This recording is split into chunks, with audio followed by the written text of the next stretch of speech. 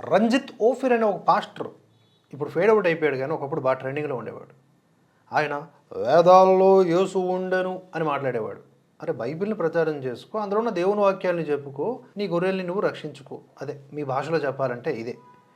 అలా కాకుండా ఆయన ఎప్పుడు కూడా ఏం చేసేవాడు అంటే హిందూ గ్రంథాల్లోన యేసును చూపించడానికి ప్రయత్నం చేసేవాడు. తద్వారా హిందువుల్ని ఏమార్చి మతం మార్చుకోవచ్చు అనేది అతడి పన్నాగం. ఆ తర్వాత ఇంకొకడు ఉన్నాడు, పిడి సుందర్రావు. తాడి పెరిగినట్టు పెరిగాడు, అదే తాడి పెరిగినట్టు పెరిగింది వయస్సు, కానీ 3 రంగులున్న జాతీయ జెండాకి సెల్యూట్ చేయటమా? జెండాకి ఎవడైనా సెల్యూట్ చేస్తాడా అని మన దేశపు జెండాను అవమానించినటువంటి మహానుభావుడు. సో వీళ్ళందరూ ఒక్కొక్కరు ఒక్కొక్క వజ్రాలు, వైడూర్యాలు, మాణిక్యాలు, వీళ్ళకి కల్ట్ ఫాలోయింగ్, వీళ్ళు మళ్ళీ చేసుకునేటటువంటి వివాదాలు, ఇవన్నీ మనం చూస్తూ ఉన్నాం కదా. మధ్యలో ఇంకో ఆనిముత్యం గడవుడు వచ్చాడు. ఇంకొక అతను ఈ బైట్ బాగా వైరల్ అవుతా ఉంది, ఒకసారి విందాం. అది భారతదేశ తాలూకా అసలు దేవుణ్ణి, సనాతన ధర్మం యొక్క దేవుడైనటువంటి యేసును వాళ్ళు మన దగ్గర నుంచి ఎత్తుకుపోయారు. ఓహో, వాళ్ళు చేసిన దొంగతనాల్లో పెద్ద దొంగతనం ఈ వజ్రాలు పట్టుకుపోవడం కాదు, యేసును పట్టుకుపోయారు వాళ్ళు.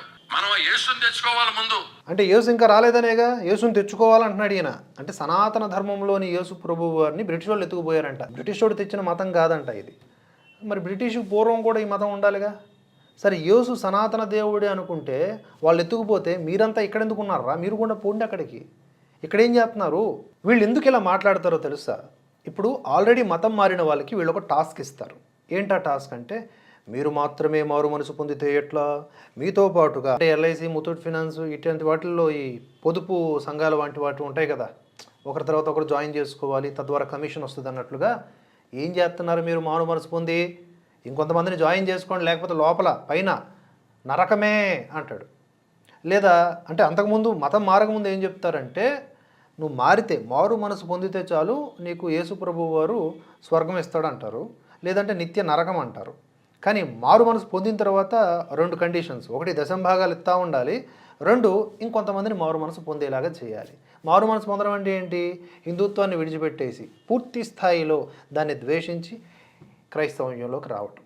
ఇది ఒక కల్ట్, ఇది ఒక రకమైన పైశాచికత్వం.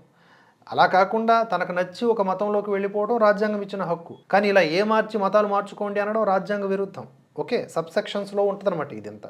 అదంతా కూడా పట్టించుకోడు. కనుక ఇప్పుడు అలా వచ్చినటువంటి ఆ మందలో, అంటే మారిపోయిన మందలో మరికొంతమందిని చేర్చడానికి అని చెప్పేసి, ఇప్పుడు మన ఇంటి పక్కన ఒక ఆవిడే మతం మారిపోయింది అనుకుందాం. ఆవిడ ఏం చేస్తుందంటే ఇంకొంతమందిని మనల్ని ఆ ఎదురింటి వాళ్ళని అందరినీ, రాయే ఇవాళ ఆదివారం అక్కడ మంచి భోజనం పెడతారు రాయే అని తీసుకెళ్ళిపోతారు. వాళ్ళు హిందువులే కానీ తీసుకెళ్తారు, సరదాగా బాగుంటుంది కదా అని చెప్పేసి. దాంతో అక్కడికి వెళ్తారు. వెళ్ళిన తర్వాత అక్కడ ముసుగేసుకుంటారు, అంత బాగానే ఉంది. పాస్టరయ్య గారు వస్తారు.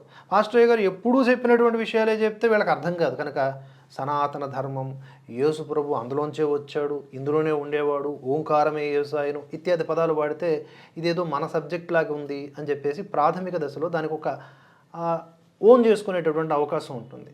ఇది కూడా ఒక ఎత్తుగడే, కామెడీ మెటీరియల్ అవ్వచ్చు, మనం ఎవరిలో ఉన్నాం కాబట్టి ఇది ఒక కామెడీ పీస్ మనకి. కానీ మారుమూల గ్రామాల్లో ఉన్న వాళ్ళకి, ఇంకా సెక్యులరిజంలో ఉన్న వాళ్ళకి, ఈ మతాల మత్తు గురించి తెలియని వాళ్ళకి ఇవన్నీ కూడా విటమిన్స్ లాగా పనిచేస్తాయి. దేనికి? మత మార్పిడికి. కనుక అప్రమత్తంగా ఉండండి. అసలు మన సనాతన ధర్మంలో యేసు ఉంటే అసలు సమస్య లేదుగా.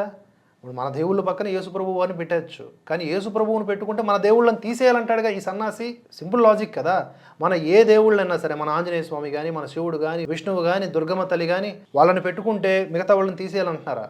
కాదు కదా. అన్ని దేవతలు మన పూజ గదిలో ఉంటారు. భగవంతుడు ఒక్కడే ఇన్ని రూపాల్లో వ్యక్తమవుతున్నాడు. కనుక అన్ని రూపాల్లో వ్యక్తమవుతున్నటువంటి ఆ ఒక్క పరమాత్మని మనం చక్కగా పూజించుకుంటాం, హాయిగా అలంకరించుకుంటాం. కానీ యేసు ప్రభువు అని కూడా పూజిస్తాం. కానీ ఏమంటారు వీళ్ళు? యేసు ప్రభు ఉంటే మిగతా వాళ్ళు ఉండకూడదు, మిగతా వాళ్ళందరూ సాతాన్లు అంటారు. ముందు అది మార్చుకోండి రా సన్నాసులారా. ఈ ప్రచారాలు ఏంటి? దౌర్భాగ్యం కాకపోతే బైబిల్లో ఉన్న మంచి మాటలు చెప్పుకుని బతకండి ఉంటే.